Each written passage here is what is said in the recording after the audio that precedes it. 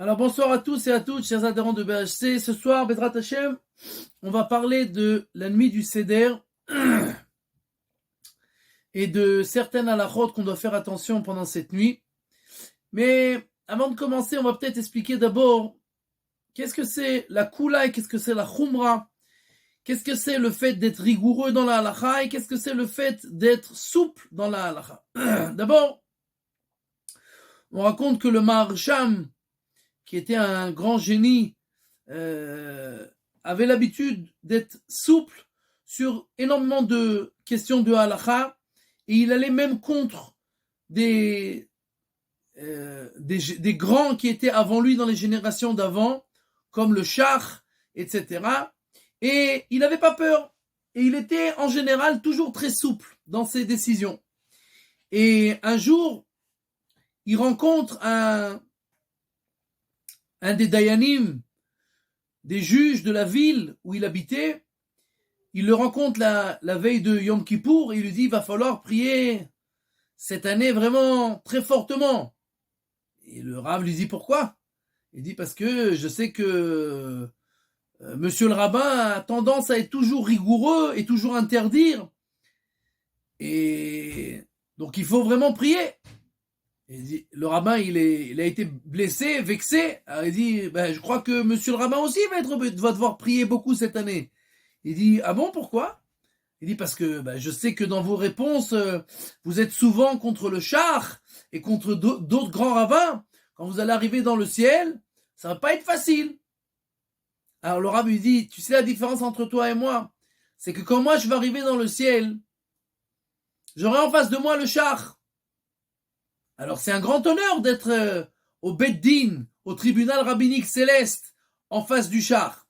Mais toi, qui as interdit des vaches, et qui a interdit des poules et des coqs qui se sont fait égorger, qui auraient dû être chéris, mais toi tu les as interdits, tu sais la honte que tu vas avoir d'avoir en face de toi au barreau des vaches, des moutons, des chèvres. Ça va être la honte de ta vie. Donc je te conseille vraiment de faire tchouva. Et la vérité, c'est que d'un côté, il faut savoir que le Kaf HaChaim nous ramène de Rabbi Chaim Vital dans le Siman 158 dans Orach Chaim. Et le Kaf HaChaim écrit là-bas que un homme dont l'âme est pure, alors cet homme aura toujours tendance à être rigoureux avec lui-même et à chercher toutes les chumrot du monde. Et le Ari HaKadosh écrit que plus un homme monte de niveau spirituel, et plus on le juge par rapport aux rigueurs qu'il prend sur lui. Et il termine en disant que quelqu'un qui cherche toujours la souplesse, c'est quelqu'un qu'il faut vérifier est-ce que son âme elle n'est pas problématique. Et que son âme n'est pas réparée. Et qu'il doit encore se repentir énormément. C'est pour ça qu'il cherche toujours la souplesse. Et donc, d'un côté, bien entendu, nous cherchons toujours à être plus rigoureux. Pourquoi? Parce que nous voulons montrer à Kadosh Baruch Hu que nous voulons ne prendre aucun risque de faire sa volonté. Et s'il y a une divergence entre certains rabbins sur ce sujet, tel ou tel sujet, alors bien entendu que moi, je ne veux pas prendre le risque d'arriver au ciel et qu'on me dise: écoute, la halakha, c'était pas comme l'autre rabbin qui était souple, c'est comme celui-là qui était rigoureux. Et donc, en fait, ce que tu as fait, c'était interdit. Et donc, comme moi, je veux prendre aucun risque, alors, je prends toutes les rigueurs sur moi pour être sûr de toujours faire le maximum et que jamais on pourra me dire: écoute, tu as fait des interdits puisque j'ai toujours été le plus rigoureux du monde. Alors que si je vais d'après toutes les souplesses, c'est possible que souvent, je me suis trompé et que j'ai fait des choses en fait qui étaient interdites et que ce Rav qui a été plus souple, il s'est trompé dans la halakha. Et donc, nous voulons être rigoureux. De l'autre côté, quand on fait trop de rigueur et qu'on n'est pas au niveau, alors, comme on l'a dit, rigueur en hébreu, c'est chumra. Et la souplesse, c'est kula. Donc, Rabbi Yosef Messas, il a écrit sur la Makat Sfardeim, Vaitzberu otam chomarim chomarim vativ'ash haaretz. Qu'ils ont fait des montagnes et des montagnes de toutes les tortues, pas les tortues, les grenouilles, d'accord? Et que la terre a commencé à pourrir et à sentir mauvais. Maintenant, chomarim, c'est aussi du même mot, ça vient du même mot que chumra. Donc quand on fait des montagnes et des montagnes de chumrot et de rigueur, à la fin, on peut plus respirer. Et le Kli Yakar écrit une explication extraordinaire. La Gemara dans Maseret Ta'anit, page 11, nous dit que le nazir, celui qui a pris sur lui de ne pas boire de vin, alors la Torah l'appelle un fauteur. D'un côté, il est appelé un saint, de l'autre côté, il est appelé un fauteur. Et quand est-ce qu'on l'appelle un fauteur? Cet homme qui a pris sur lui d'être nazir, il n'a pas le droit de boire du vin, il n'a pas le droit de s'impurifier aux morts. Et si par inadvertance il s'est impurifié à un mort, alors donc il s'est impurifié et il doit amener un korban, et donc il est appelé un fauteur.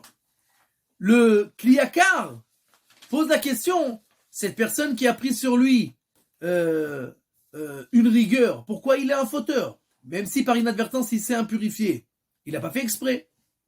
Et le Kli Yakar explique que quand quelqu'un prend une rigueur, pourquoi tu as besoin de prendre une rigueur avec un neder? Parce qu'un nazir, c'est quelqu'un qui fait un neder, qui fait un vœu. À partir de maintenant, je bois plus de vin. Qu'est-ce que tu as besoin de faire un neder? Ne bois plus de vin et c'est tout. Ah, ça veut dire que tu sais que tu n'es pas au niveau et que tu vas pas tenir le coup. Parce que si tu as la force, ne bois pas de vin, c'est tout. Qu'est-ce que tu as besoin de faire un vœu? Mais tu sais que tu n'auras pas la force de ne pas boire de vin. Donc tu fais un vœu pour t'arrêter. Mais ça veut dire que tu ne le fais pas avec joie. Et la preuve, c'est que tu t'es impurifié à la fin.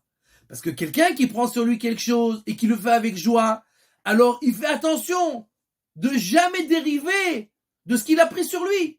Or, si au final il a dérivé et qu'il s'est impurifié, ça veut dire qu'il n'a pas fait attention. Il s'est pas fait attention, ça veut dire qu'il n'est pas à fond dedans. Et s'il n'est pas à fond dedans, ça veut dire que il a pris sur lui une rigueur qui n'était pas à son niveau. Et donc, il est appelé un fauteur. Comme ça explique le Kli Yakar. Et donc, surtout la nuit du Seder, où c'est une nuit qui est spécialement pour les enfants. Alors, on doit faire attention avec les enfants, surtout de ne pas prendre trop de rigueur. On doit les éduquer, on doit leur montrer quel chemin prendre et quelle rigueur faire. Mais il faut faire attention que ça ne devienne pas pesant. Pourquoi? Dans Maseret Yuma, la page 82, Tosfot Yeshanim explique là-bas que le mitzvah chinour, la mitzvah d'éduquer les enfants, elle ne passe que par le positif. C'est-à-dire qu'il n'y a pas de... Un enfant, il est pas passible de faire ce qui est écrit dans la Torah. Il n'est pas chayav. Mais il doit le faire parce que nos sages ont dit qu'on doit l'éduquer. Mais le Tosfot Yeshanim écrit qu'on doit éduquer seulement sur les choses positives. Ça veut dire mettre le tzitzit, faire le loulav, manger la matzah. Mais tout ce qui est interdit, il n'y a pas de mitzvah d'éducation. C'est-à-dire que tout ce qui est par le négatif, nous dit le Tosfot Yom Tov, il n'y a pas de mitzvah d'éducation. L'éducation ne passe que par le positif. Et quand on passe par le négatif, à la fin, on arrive à l'inverse. Donc, on doit amener nos enfants à faire la halakha avec joie, de faire ce qu'ils doivent faire et d'être contents de faire ça, mais pas de leur interdire des choses qui pourront les amener, au final, à ne pas aimer du tout ce qu'on essaie de les éduquer à faire. Et maintenant, on va voir quelques halakhot. On n'a pas le temps de voir beaucoup, parce qu'il y a énormément de choses à voir. Et on va voir quelques halakhot où on passe d'un extrême à l'autre, et que la marge est énorme entre la souplesse et la rigueur. Et nous devons savoir où on se trouve, nous, au milieu. Alors, la première halakha, bien entendu, aujourd'hui, on n'a plus de mitzvot de la Torah, la nuit du Seder. À l'époque, on avait le Korban Pessah, on n'a plus de Korban Pessah. On avait le Maror, il n'y a plus de Maror. C'est le Maror qu'on fait, c'est que des Rabbanan, c'est de nos sages, c'est pas de la Torah. Et il nous reste plus que la Matzah, et Veigata lebincha, qu'on doit raconter à nos enfants. Tous les soirs, on doit se rappeler de la sortie, tous les jours, on doit se rappeler de la sortie d'Égypte. Mais ce soir-là, on doit pas seulement se rappeler, on doit en parler et on doit faire passer le message aux prochaines générations. Mais la mitzvah qui nous reste, c'est la mitzvah de la matzah. Et on doit manger la matzah ce soir-là de la Torah. Un jour, quelqu'un est venu poser la question au Rav Ben Zion Abba Shaul Zatzal, combien il faut manger de matzot la nuit du Seder? Et le Rav a répondu, combien qu'on peut, le maximum. Alors quelqu'un a dit, oui, ok, c'est bien, mais c'est pas un chiffre ça, le maximum. Et quelqu'un ne peut pas, c'est quoi le minimum? Il lui dit ce qu'il peut. Elle dit, mais ça aussi, c'est pas un chiffre, ce qu'il peut. Ça veut dire quoi, ce qu'il peut? Le maximum qu'il peut, et ce qu'il peut, c'est bon aussi.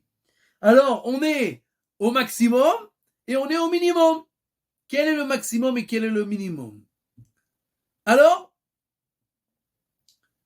quelqu'un qui veut être mahmir, et qui veut être rigoureux jusqu'au bout, alors, d'abord, il y a des décisionnaires, essentiellement Sfarad, qui disent qu'on doit aller d'après le poids. Pas d'après le volume, mais d'après le poids. Un kazaït, c'est 29 grammes. 29 grammes, c'est une matzah entière faite à la machine.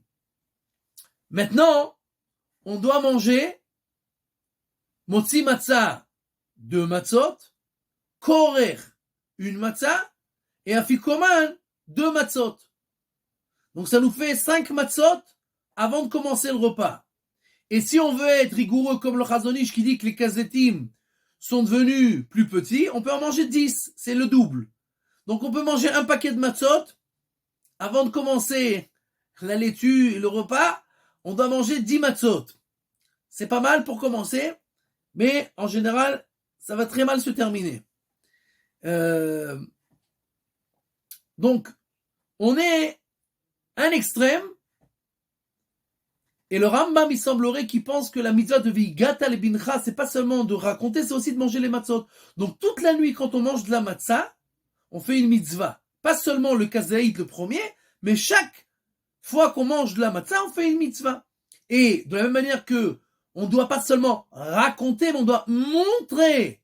Quand on mange de la matzah, on montre à nos enfants l'histoire de la sortie d'Égypte. Et donc, plus on mange de matzot, et plus on fait la mitzvah comme il le faut. Maintenant, comme c'est très compréhensible, de manger 10 matzot, je sais pas pour vous, mais moi, après une matzah, je craque. Donc 10 matzot, ça va être juste. Ça va se terminer au Haram Menuchot ou je sais pas où, mais ça va pas être possible. Donc il faut essayer d'aller comprendre où il est l'autre extrême. De la Torah, on est censé manger un kazaït. Un seul kazaït. Après, nos sages ont rajouté d'autres kazetim. Le Rambam, dans Pirush HaMishnah, au début de Masechet Eduyot, il écrit qu'il a fait des expérimentations et qu'il est arrivé au révi'it le plus précis qui était à l'époque de nos sages. Et il écrit que le révi'it, si on fait les calculs comme le Rambam écrit là-bas, il écrit qu'on a 26 dracham. Dracham, c'était des pièces qui étaient en Égypte. Et dans un révi'it, on a 26 dracham. Donc, si 26 dracham, on prend un dracham, c'est 2,8 grammes. Donc 2,8 grammes fois 26, on arrive à peu près à 87 grammes. Maintenant, Ça, c'est un revi'it. Un revi'it, c'est un œuf et demi. Beitza. Un œuf et demi. Donc, c'est 87. Donc, si on prend un œuf, kabetza, on arrive à peu près à 50 grammes. 50 grammes. Maintenant, ce 50 grammes là, c'est kabetza. C'est kabetza. Maintenant, à kazaït, d'après le Rambam, nous, en général, on fait kazaït comme le Tosfot qui est la moitié d'un œuf. C'est-à-dire entre 25, 26, 27, 28, 29 grammes. D'accord? C'est la moitié d'un œuf. Le Rambam, il dit que le kazaït, il est un tiers d'un œuf. Ça veut dire qu'on a 17 grammes, à peu près, d'eau. D'eau. Le volume de 17 grammes d'eau.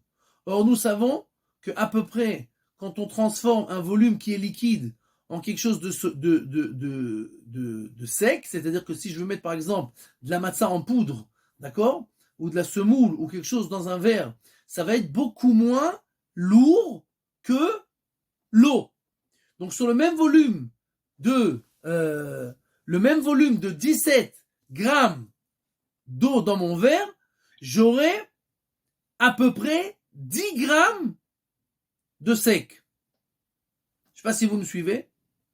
Mais au final, ça veut dire que d'après le Rambam, ça nous suffit de prendre un tiers de matzah. Un tiers. C'est-à-dire 10 grammes. Un tiers de matzah. Et on arrive au kazaït du Rambam. Si on veut faire d'après Tosfot, alors une demi-matzah. Ça, c'est un kazaït. Maintenant, quelqu'un qui veut faire comme le Chazon Ish. Le Chazon Ish nous dit que tous les œufs aujourd'hui sont moins grands, à peu près de moitié de ce qui était à l'époque de nos sages. Donc, si on veut faire le double, alors on prend ou 2 tiers de matzah ou une matzah. Et maintenant, quand on fait une matzah au début, c'est-à-dire même si on veut aller comme le Tosfot, on est plus rigoureux. Pas comme le Rambam qui dit un tiers, qui dit la moitié. On dit comme le Tosfot. Le Tosfot qui est plus rigoureux, c'est une moitié. Si je veux aller comme le Chazon Ish, qui dit que c'est le double, alors avec une matzah, j'ai fini motzi matzah. C'est-à-dire que si je prends une matzah à motzi matzah, j'ai fini les 2 premiers kazetim. Une demi-matzah à korer et une matzah pour la afikoman et celui qui ne peut pas, une demi-matzah. Donc on a terminé en étant rigoureux entre 2 matzot et 2 matzot et demi. Ça, c'est si on fait d'après Tosfot et le Chazon Ish. Donc quelqu'un qui veut déjà être rigoureux, il peut commencer avec 2 matzot et demi. Et alors là, il est tranquille. Parce que même d'après le Chazon Ish, le premier kazaït, c'est le double. Mais c'est pas grave, puisque j'en ai mangé 2. C'est comme si j'avais fait un kazaït du Chazon Ish. Donc, en 2 matzot et demi, j'ai fini. Quelqu'un qui a du mal avec ça, il peut faire 2 matzot. Quelqu'un qui a du mal avec ça, il peut faire une matzah et un tiers de matzah. D'après le Rambam, un tiers de matzah, c'est kazaït. Il prend 2 tiers pour motzi matzah, un tiers pour le korer, et encore un tiers pour la fikoman, s'il peut 2 tiers. Donc, si on veut être rigoureux, on peut faire 2 matzot et demi. On n'a pas la force, alors on peut faire 2 matzot. Quelqu'un qui a du mal, qui est malade, qui est vieux, ou des enfants, etc., on pourra se contenter de une matzah et un tiers pour tous les kazetim du Leil HaSeder. Je récapitule. Pour motzi matzah, 2 kazetim, chaque kazaït c'est un tiers de matzah, korer c'est un tiers de matzah, et afikoman un tiers de matzah. Ça, c'est si on veut être moins rigoureux. Et quelqu'un qui n'a même pas la force de faire ça. Alors d'abord, il faut savoir qu'à première vue, la seule possibilité d'expliquer certaines halachot dans le Shulchan Aruch, c'est que comme le Rambam. Parce que imaginez qu'on fait comme, par exemple, celui qui dit que c'est par rapport au mishkal, par rapport au poids. Imaginez une minute qu'un kazaït, c'est une matzah entière. Le Shulchan Arour, dans Siman 475, il écrit que, et le Magen Avraham là-bas explique qu'on doit manger tout le kazaït en une seule fois et l'avaler en une seule fois. Tout simplement impossible. Physiquement, techniquement, c'est tout simplement strictement impossible d'avaler un kazaït, une matzah entière, en une seule fois. Mais si on fait d'après le Rambam, qu'on est à un tiers de matzah, si on la casse en morceaux la matzah, le tiers, il y a possibilité de l'avaler en une seule fois. Donc nous voyons que, d'un point de vue de la halakha, il semblerait que la halakha est comme le Rambam, et donc, celui qui veut être plus souple et qui ne peut pas, qui n'a pas la force de faire toutes les chumrot, il a sur qui se baser, il peut se contenter d'un tiers de matzah pour chaque kazaït. S'il veut être plus rigoureux, une demi-matzah pour chaque kazaït. S'il veut être plus rigoureux, alors il fait comme le Chazon Ish, au moins pour le premier kazaït, ça veut dire une matzah pour le premier motzi matzah, et après une demi-matzah pour korer et une demi-matzah pour afikoman, et comme ça il est tranquille, même par rapport aux avis qui sont plus rigoureux. Donc maintenant, on a passé la halakha qui a trait à la matzah. Combien on doit manger de matzah? Maintenant, il faut se rappeler encore quelque chose. Quelqu'un qui est vieux, quelqu'un qui n'a pas la force, alors tu vas lui dire, non mais ça sert à rien, si tu ne manges pas un tiers de matzah, une demi-matzah, tu n'as pas fait la mitzvah. Alors il faut savoir qu'il y a des avis dans le Sha'arei Teshuvah, là-bas aussi dans 475, le 6e paragraphe, le Sha'arei Teshuvah là-bas écrit que de la même manière qu'on a Chatzi Shiur Asur Mina Torah, c'est-à-dire que si par exemple quelqu'un qui mange un kazaït de viande interdit, alors il a fait une avera. Mais s'il a mangé moins d'un kazaït, alors un kazaït, ça s'appelle Chatzi Shiur, c'est-à-dire c'est la moitié de l'interdit. Donc il ne recevra pas de punition, mais il a passé sur un interdit. C'est Chatzi Shiur Asur Mina Torah. La moitié d'un interdit, c'est interdit de la Torah aussi. Il n'a pas de punition, mais c'est interdit de la Torah. Le Sha'arei Teshuvah dit de la manière que l'interdit, si on fait la moitié, on a fait un interdit, la mitzvah aussi. Chatzi Shiur, c'est aussi une mitzvah. J'ai pas fait la mitzvah. J'aurai pas le salaire de la mitzvah complète, mais j'ai aussi fait une mitzvah. Donc, quelqu'un qui est vieux ou qui a pas de dents ou qui est faible ou qui est malade, on va pas lui dire bon ça sert à rien que tu manges parce que de toute façon tu pourras pas manger le chiour, même s'il mange 5 grammes et qu'il n'a pas la mesure demandée. Le Sha'arei Teshuvah nous dit que au moins il a fait Chatzi Chiour, c'est que c'est aussi une mitzvah, donc on l'encouragera à faire le minimum qu'il peut et avec ça il se rendra quitte au moins d'une partie de la mitzvah et il aura aussi sur ça un salaire. Donc en fait on a toute l'échelle entre 5 grammes et 300 grammes. Voilà. Maintenant, Ken. Rav, oui, une question. Quand vous parlez de matzot complète là depuis tout à l'heure, donc c'est des avodat yad? Non. Celles qu'on vend. Non. Je parle des matzot qui sont faits à la machine. Bon, alors c'est des carrés, mais il y en a de toutes les tailles, celle-là aussi. Non. Ah bah, je sais pas ce qui se passe à Paris, mais moi je sais qu'en Israël, toutes les matzot, c'est la même taille. Les matzot qui sont faits à la machine, c'est tous la même taille. C'est des carrés. Alors c'est peut-être, comment dire, la densité, alors qui ne doit pas être la même. Je sais pas. D'après ce que je sais aussi, c'est la même densité à peu près. Il y a des matzot plus légères que d'autres. Par exemple, je sais pas il y a des matzot light. Des manas alsaciennes Eman qui sont très très légères. Ah, ok. Il y en a d'autres qui sont beaucoup plus épaisses. Alors peut-être qu'elles ont la même.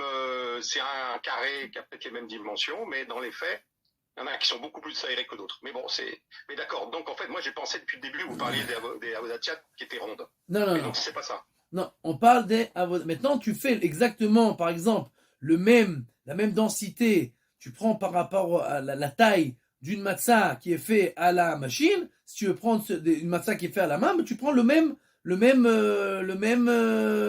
shetar. Comment on dit le même shetar? La même dimension. Maintenant, nous, par exemple, on fait des matzot qui sont comme des pitotes. Donc c'est beaucoup plus simple parce que et le poids et le volume, c'est les mêmes. Donc elles sont beaucoup plus lourdes, d'accord? Et donc avec un petit carré comme ça, tu as déjà un kazaït de 30 grammes. Donc tu fais, d'après tous les avis, et du volume et du poids et du Chazon Ish, et de qui tu veux. Donc avec une matzah comme ça, tu as tous les kazetim qui sont dedans, tranquillement. C'est un peu plus difficile à digérer, c'est un peu comme du béton, mais c'est beaucoup plus simple pour manger ça rapidement et sereinement. Je crois qu'on en avait parlé l'année dernière, c'est des matzot que moi j'appelle molles. Exact. J'ai réussi à en avoir une fois dans ma vie. Elles sont très peu produites. Enfin, elles sont produites en Israël, mais on ne les trouve pas en France. En Israël, enfin, beaucoup. Moi, de les faire venir par colis spéciaux, mais... Moi, je ne mange à Pessah que des matzot que j'ai fait moi-même. Et on fait que des matzot molles et on en a pour toute la fête. La prochaine fois, si tu t'y prends un temps plus, je pourrais essayer de te les envoyer par colis. Tov. On passe au deuxième point. On a parlé maintenant de la mesure de matzah qu'on doit manger. Maintenant, en combien de temps on doit manger ce kazaït? Maintenant, on parle à chaque fois de kazaït. Kazaït, c'est un tiers de matzah, une demi-matzah, une matzah, pour ceux qui font d'après le poids. Combien de temps j'ai pour manger ce kazaït? Maintenant, nos sages nous disent qu'il y a ce qui s'appelle achilat pras. C'est quoi achilat pras? À l'époque de la Gemara, les gens n'étaient pas gâtés pourris comme nous. Donc, il n'y avait pas des repas gargantuesques. Chaque personne faisait le matin un pain, et il faisait la moitié pour le repas du matin et la moitié pour le repas du soir. Il avait seulement 2 repas, et le repas était très frugal. Un demi-pain et un demi-pain. Maintenant, et ça s'appelle pras. Parous, proussa, c'est une partie, donc c'est la moitié. Donc, achilat pras, si par exemple je prends une bouchée à 10h du matin, et une bouchée à midi, et une bouchée à 4h, on ne peut pas appeler ça un repas. Un repas, c'est quelque chose qui est continu. Donc, le temps de manger ce demi-pain, c'est le temps d'un repas. Et si j'ai mangé pendant ce temps-là un kazaït, ça s'appelle manger. Pour manger un kazaït, il faut manger le kazaït. Je ne peux pas l'émietter et manger toutes les demi-heures une miette. Ça ne s'appelle pas manger. Donc pour manger, c'est un temps qui s'appelle un repas. Maintenant, il y a une divergence entre les décisionnaires de savoir combien c'est un pas, combien c'est un demi-pain. Est-ce que c'est 3 betsim ou 4 betsim? Est-ce que c'est 3 œufs ou 4 œufs de volume? Maintenant, nous avons là aussi énormément d'avis. Les décisionnaires ont essayé de vérifier combien ça prend de temps de manger un demi-pain de volume de 3 ou 4 œufs. Le Khatam Soifer, lui, il est arrivé à la conclusion que 9 minutes, c'est le temps qu'on a pour manger un kazaït. D'où il est arrivé à cette conclusion, c'est pas qu'il l'a inventé. La Gemara, dans Masechet Kritot, page 13, nous dit que quelqu'un qui a mangé un demi-kazaït de quelque chose qui est impur, et il a remangé un demi-kazaït après, et il est rentré au Beth Amikdash, donc il est impur, alors il est chayav karet. La Gemara nous dit combien de temps il y a entre le premier kazaït et le deuxième kazaït. Le temps de descendre et de faire la tvila, de se tremper au mikvé et de remonter.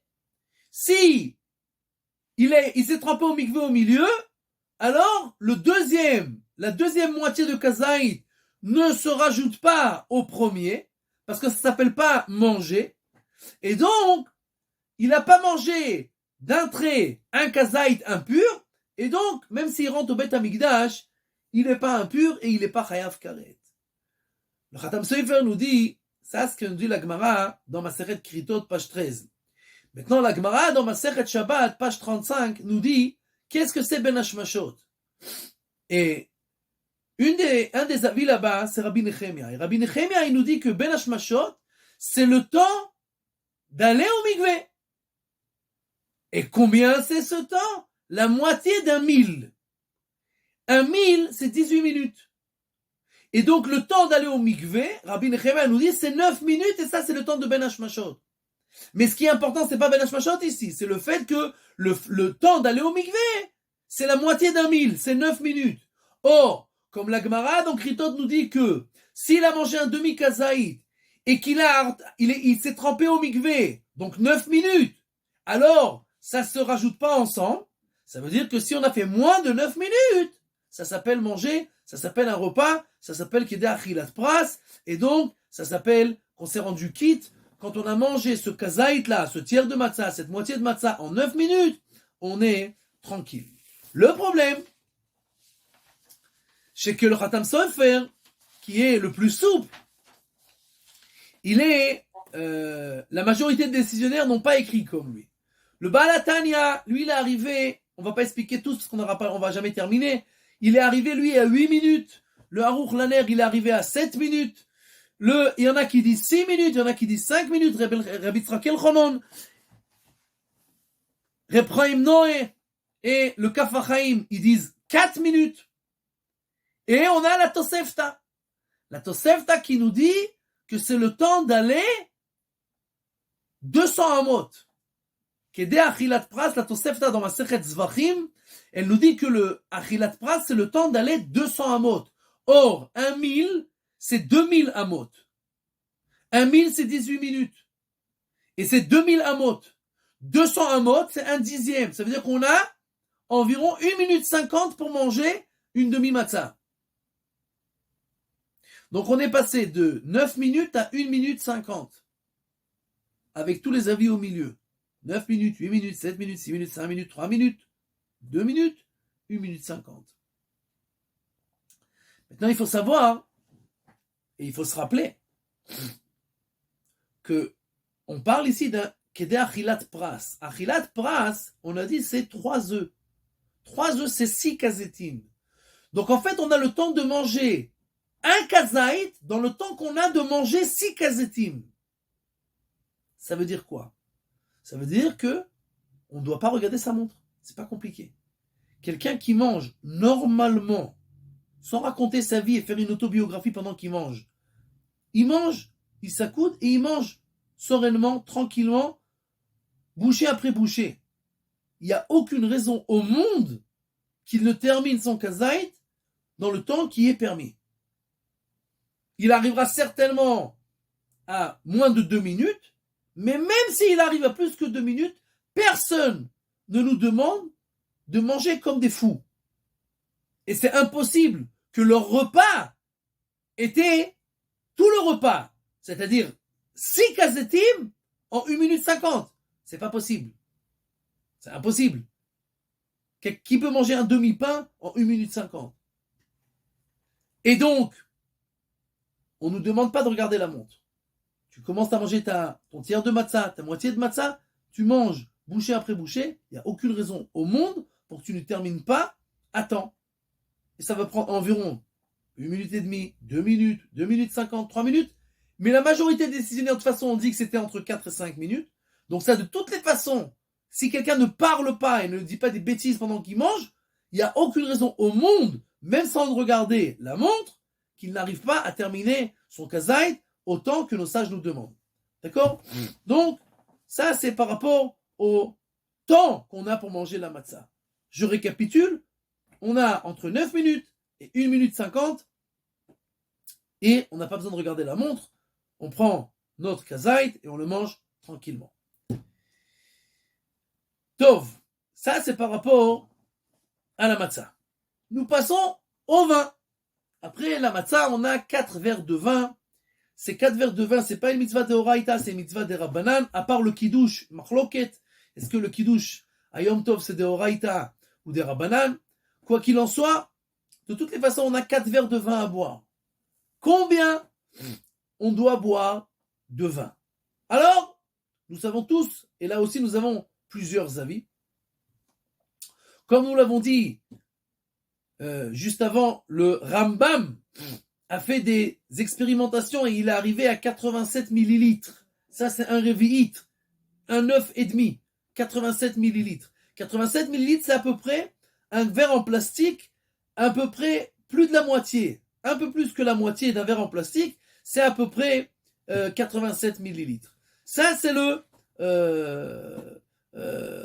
Reb Chaim Noé. Reb Chaim Noé, 86 millilitres, d'accord? Et 86 millilitres en valeur numérique, c'est Kos.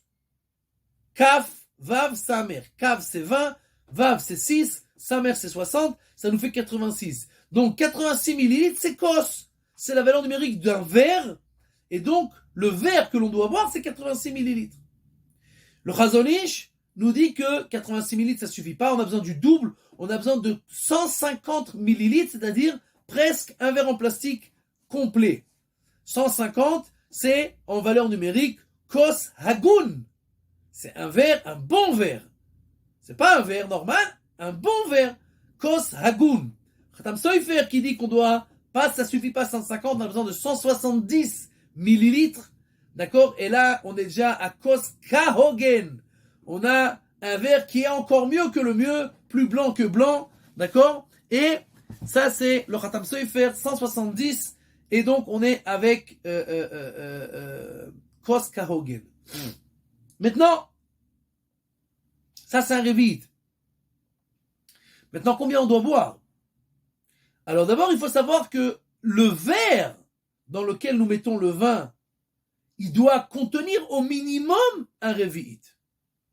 Au minimum. Donc, un verre qui doit contenir au minimum 86 millilitres. Maintenant, combien je dois boire, moi, de ce verre? Le Shulchan Aruch écrit dans le chapitre 472, le 9e paragraphe, le Shulchan Aruch écrit qu'on doit boire rov revi'it, la majorité du revi'it. C'est-à-dire que si j'ai 86 grammes, alors si je bois une bonne gorgée de vin, j'ai déjà fait la mitzvah. C'est-à-dire si je remplis la moitié de ma bouche, une joue entière, d'accord? Ça fait à peu près la moitié c'est la majorité d'un réveil. J'ai à peu près 50 millilitres dans une partie de la bouche, d'accord? On a déjà fait la mitzvah, comme ça écrit le Shulchan Aruch. Et le Shulchan Aruch écrit Veyesh Omrim, et il y en a qui disent que ça suffit pas de boire la majorité d'un réveil, mais il faut boire la majorité du verre. Ça c'est le Ramban Nachmanide. Le Ramban, il dit que le Bach, comme ça il explique la chita du Rambam. Dans la Gemara dans Psachim, la Gemara elle nous dit qu'il nous faut Ruba de Kasa. Il faut la majorité du verre. C'est-à-dire qu'à Pessah, on doit boire 4 verres. On ne doit pas boire 4 révi'ites. On doit boire 4 verres. Et chaque chose qu'on doit boire, c'est la majorité. Donc, je dois boire la majorité du verre. Combien il y a de révi'ites dans ton verre? Ben, c'est ton problème. Si tu as pris un verre de 1 litre, il faut boire plus d'un demi-litre. La majorité du verre. Parce que Rubo Kekulo, la majorité, c'est considéré comme tout. Et donc, si j'ai bu la majorité du verre, c'est comme si j'avais bu tout le verre. Mais je dois boire des verres. Donc, même si j'ai un grand verre, je dois boire la majorité. Ça, c'est la chita du Ramban. Maintenant, nous savons que quand le Shulchan Aruch écrit Stam et Yeshomrim, c'est-à-dire qu'au début, il a écrit un avis sans écrire qui c'est, et qu'il a pris, il y en a qui disent un autre avis. L'avis du Shulchan Aruch, c'est comme le premier avis, c'est-à-dire que ça suffit de boire la majorité du révite.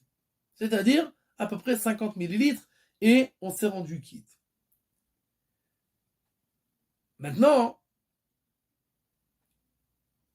si nous récapitulons, si on prend le Ramban, qui sera l'avis extrême, en rigueur, on doit boire 4 verres, à chaque fois la majorité du verre. Et si on va d'après le Chazon Ish ou le Khatam Sofer, on doit avoir des verres qui ont au minimum 170 ou 150 millilitres et boire la majorité du verre à chaque fois. Maintenant, si dans le verre, il y a des gens qui ont des verres en argent, Baruch Hashem, il y a un demi-litre dedans, ben, il faut boire la majorité du verre à chaque fois. Ça, c'est l'avis à l'extrême du Ramban. Si on va à l'autre avis à l'extrême, d'accord, du Shulchan Aruch, son premier avis qui est l'avis essentiel, ça suffit de boire à chaque fois, chaque verre, il faut avoir un verre où il y a 86 millilitres et de boire la majorité de ces 86 millilitres, c'est-à-dire à peu près 50 millilitres. On s'en est sorti avec 4 verres avec 200 millilitres, c'est-à-dire à peu près un verre en plastique et on a les 4 verres de vin à l'intérieur. Si on va d'après le Khatam Sofer, on doit avoir 4 verres en plastique. Pas un verre en plastique, mais 4 verres en plastique, d'accord, et les boire entièrement. Donc encore une fois, nous avons là un échantillon de toutes sortes d'avis. L'essentiel de la halakha, comme on l'a dit, c'est le Shulchan Aruch. Le Shulchan Aruch, il dit que ça suffit de boire la majorité du révit à chaque fois. Celui qui veut être plus rigoureux, il prendra un verre, en tout cas, au minimum, au kiddush, où il y en a qui disent que c'est de Horaïta. Alors, pour faire comme le Chazon Ish, on prendra un verre un peu plus grand, où il y a au moins 200 millilitres, et où il y a 150 millilitres, pardon, et on boira la majorité du verre, pas seulement la majorité du Revi'it, mais la majorité du verre. Comme ça, on aura fait au moins l'avis du Chazon Ish au premier verre, et les autres verres, on pourra se contenter de faire comme le Shulchan Aruch. Et celui qui veut être plus rigoureux, alors il peut boire à chaque fois la majorité du verre dans lequel il boit. Donc, on a passé maintenant sur la matzah. Combien on doit manger de matzah, pendant combien de temps on doit manger la matzah, et combien on doit boire de vin.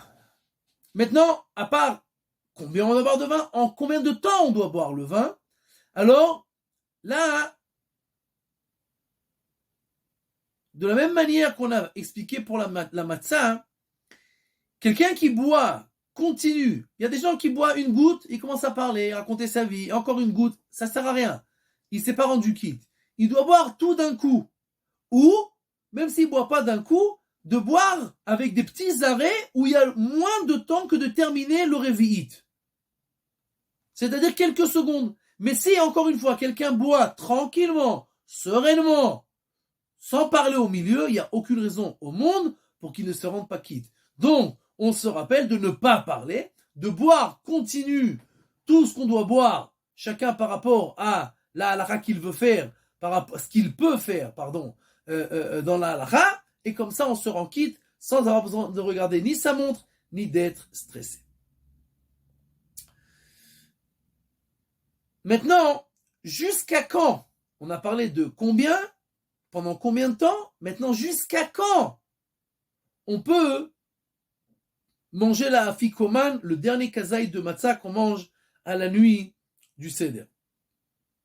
Alors, la Gemara dans Masechet Psachim, page 102 et 120, pardon, pas 102, 120 et c'est une Gemara qui apparaît aussi dans Masechet Brachot, page 9. En général, les gens ils connaissent plus Masechet Brachot parce que c'est le premier traité que les gens étudient en général, parce que c'est la première du chasse. Mais l'essentiel de la Souga est dans Masechet Psachim. La Gemara nous ramène une divergence entre Rabbi Elazar ben Azaria et Rabbi Akiva. Et Rabbi Elazar ben Azaria, lui, il dit qu'on doit manger le Korban Pesach, le Afikoman qui est Zecher le Korban Pesach, jusqu'à Chatzot. D'où on sait que c'est jusqu'à Chatzot. Il dit parce qu'il y a écrit Ve'achlu et Pesach balayla hazeh. On doit manger le Korban Pesach dans cette nuit. Balayla hazeh, cette nuit. Et de la même manière, il y a écrit que Va'avarti be'eretz Mitzrayim balayla hazeh. Je vais sortir dans l'Égypte cette nuit pour tuer tous les premiers-nés. Or, la Gemara dans Masechet Brachot, page 3, nous dit que quand est-ce que Dieu est sorti et tué les premiers-nés, c'était exactement à minuit, à Chatzot. Kechatzot alayla ni yotze betor Mitzrayim, c'est ce que Moshe dit à Pharaon au nom de Dieu. À Chatzot, exactement, Dieu va sortir pour tuer les premiers-nés. Et c'est balayla hazeh, cette nuit. Et de la même manière que cette nuit, c'est à minuit, de la même manière, vous mangerez le Korban Pessah cette nuit, ça sera aussi jusqu'à minuit. Et Rabbi Akiva, il dit non, on a jusqu'au matin. Pourquoi? Parce qu'il y a écrit qu'on doit manger le Korban Pessah Bechipazon, en se dépêchant. Or, le peuple juif ne s'est dépêché que le matin, quand ils sont sortis d'Égypte, puisqu'ils ne sont pas sortis comme des voleurs pendant la nuit. Ils sont sortis le matin, quand tout le monde les a vus, personne n'a pu les arrêter.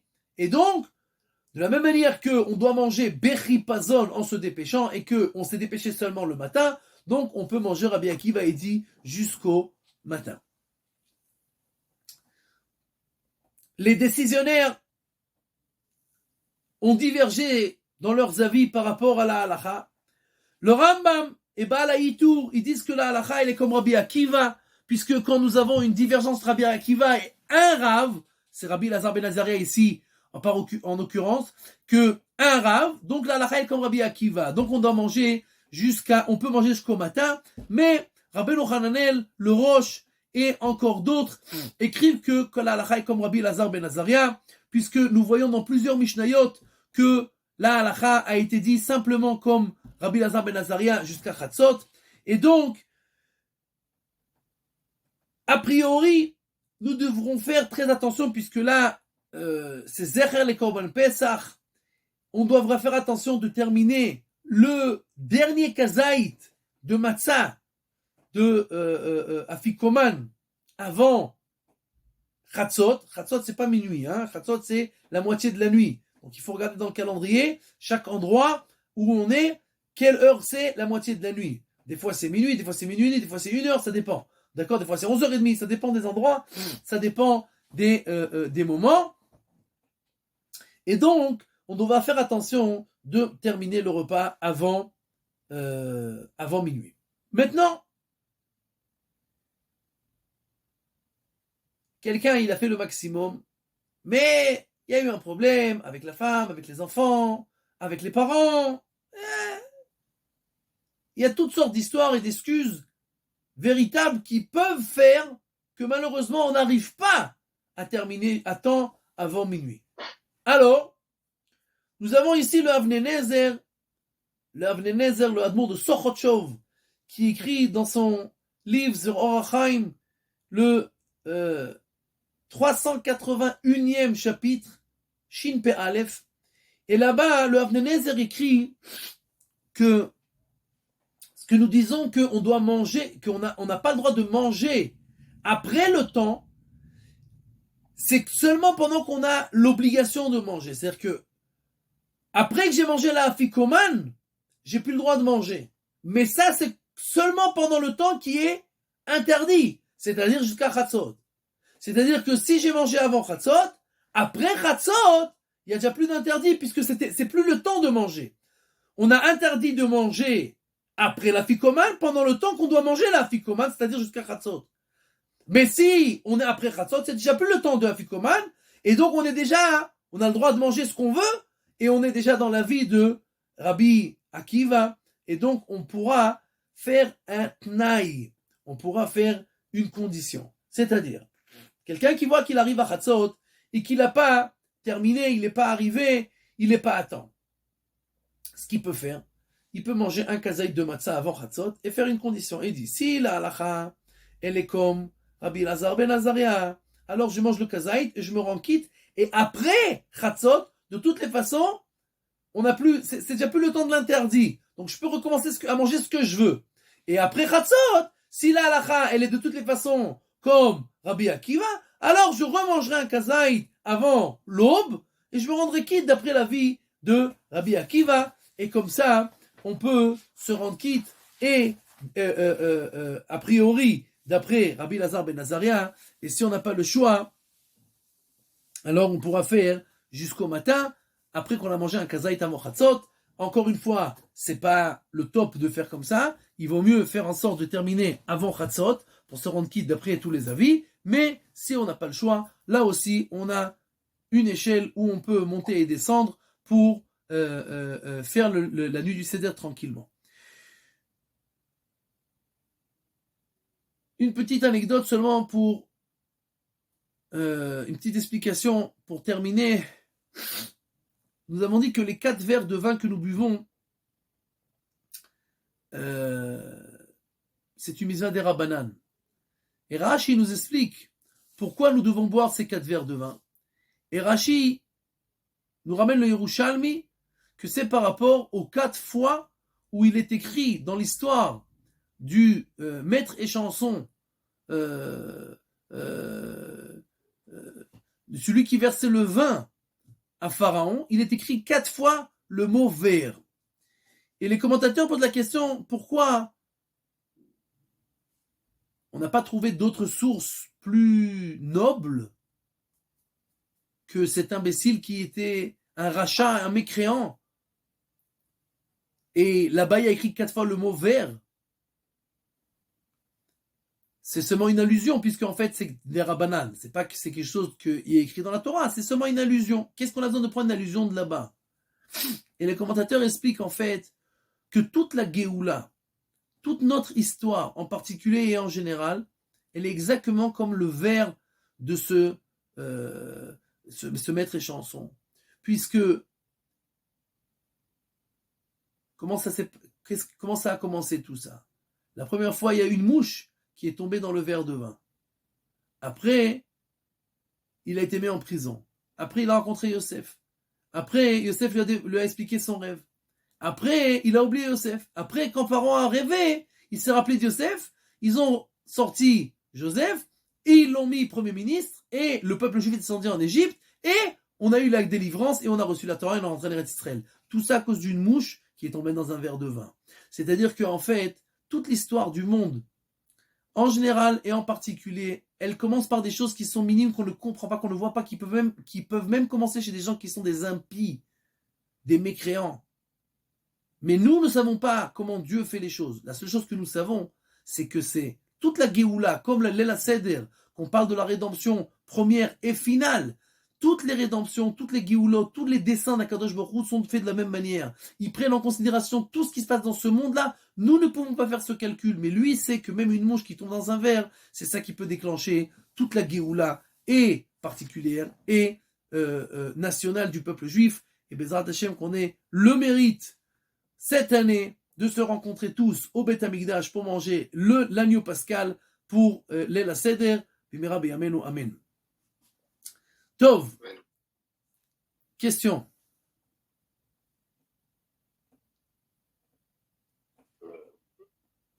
J'oserais poser une question, mais elle va être peut-être un peu insolente. En quoi toutes ces mesures Kazaïd, de Kabetza, de Zman, en quoi c'est important?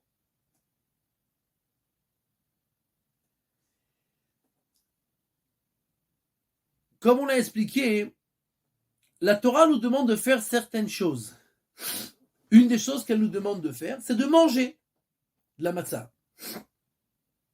Or, si je ne mange pas une mesure, parce que d'après ta question, si on n'a pas une mesure spéciale et un temps spécial, alors chacun va faire ce qu'il veut. Quelqu'un va manger une miette et il va dire ça y est, j'ai fait la mitzvah. Un autre, il va manger un pain entier pendant une journée, il va dire j'ai fait la mitzvah. Et en fait, on n'a rien qui va décerner et qui va nous montrer que nous faisons tous la même mitzvah qui s'appelle manger. Qu'est-ce que ça s'appelle manger? Manger, dans toute la Torah, c'est un kazaït. C'est ce qui s'appelle une mesure minimum qui, quand quelqu'un il a très faim, alors cette mesure, elle calme. Elle rassasie pas, mais elle calme. Donc cette première mesure qui s'appelle manger, elle doit être mangée aussi dans un certain temps, parce que quelqu'un qui est affamé, tu vas lui donner un kazaït en une journée, ça ne sert à rien. Il faut lui donner en un temps dans lequel ça le rassasie, enfin ça le calme. Et donc, nous avons cette mesure qui est minimum pour décerner ce qui s'appelle la demande de la Torah de manger.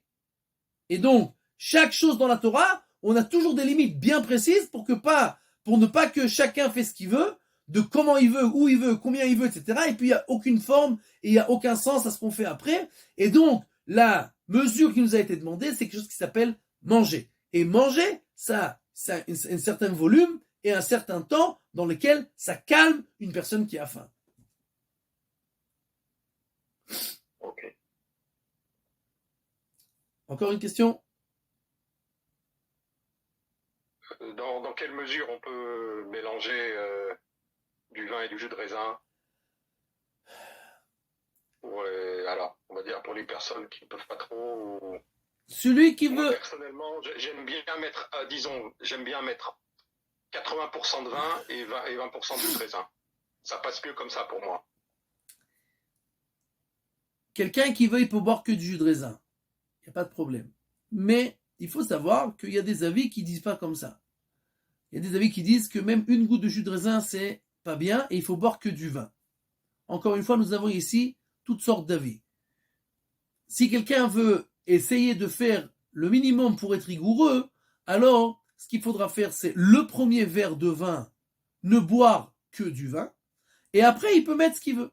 Il peut mettre 90% de jus de raisin, 100% de jus de raisin, 50-50, c'est pas très important, mais au moins le kidouche qui est au moins par rapport à une partie des avis des Horaïta, alors faire d'après tous les avis et se rendre quitte avec que du vin, mais même quelqu'un qui a du mal et qui ne peut pas, il peut mettre 100% de jus de raisin, il n'y a pas de problème, d'après beaucoup de décisionnaires, ça passe aussi.